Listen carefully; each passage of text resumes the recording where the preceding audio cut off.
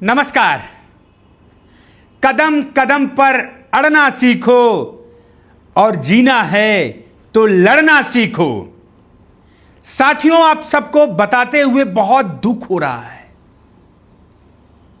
कि जिस तरीके से पटेल समाज पर लगातार अत्याचार हो रहा है, यह अत्याचार हमारे समाज के लोग सत्ता में बैठे हैं, हमारे समाज के लोग सत्ता में अपनी मजबूत भागीदारी दिखाते हैं, इसके बावजूद हो रहा है और कोई भी मजबूत कार्रवाई आज तक हुई नहीं है।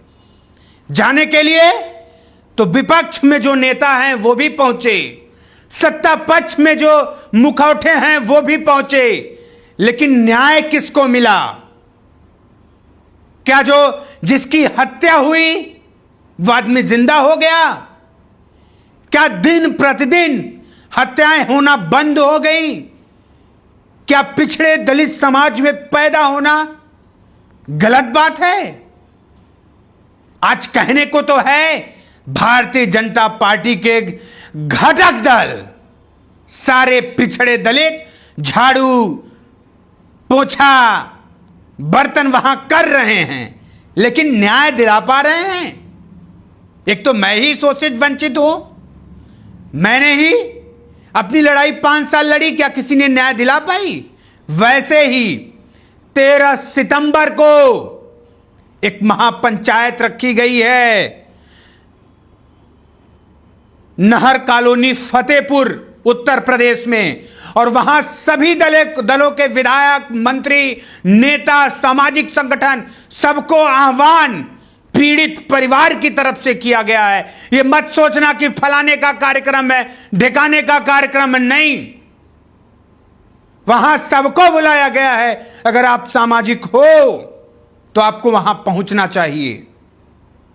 और मैं कह रहा हूं यार, डंके की चोट पे ऐलान करनी चाहिए, सबको सोशल मीडिया प्लेटफॉर्म पे अपनी बात रखनी चाहिए, चाहे मंत्री हो, चाहे संतरी हो, चाहे सांसद हो, चाहे विधायक हो, सबको कहना चाहिए कि अगर समाज के वोटों से हम मंत्री, संतरी, विधायक बन रहे हैं तो समाज पे आई हर आंच के लिए, समाज पे आई हर लाठी के लिए, समाज पे आई हर विपदा के लिए हमको खड़ा होना पड़ेगा।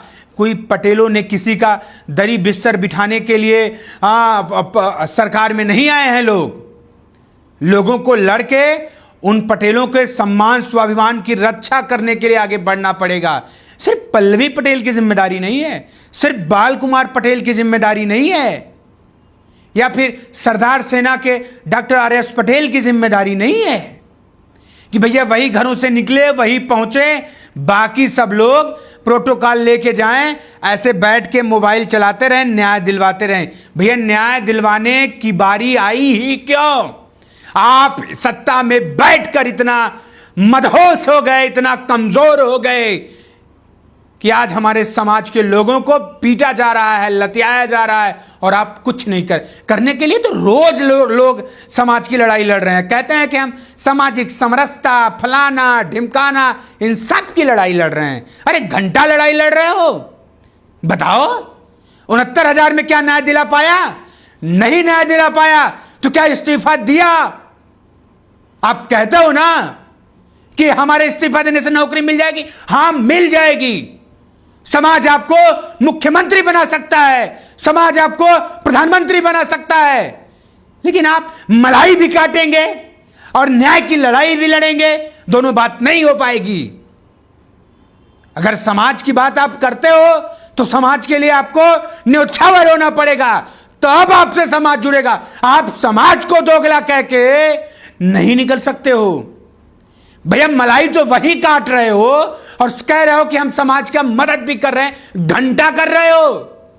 समाज बलिदान चाहता है। आज सोनेलाल पटेल जी को कोई मानता है तो इसलिए मानता है कि उन्होंने बिना किसी राजनीति, बिना किसी भेदभाव, बिना किसी लालच के समाज की सेवा की।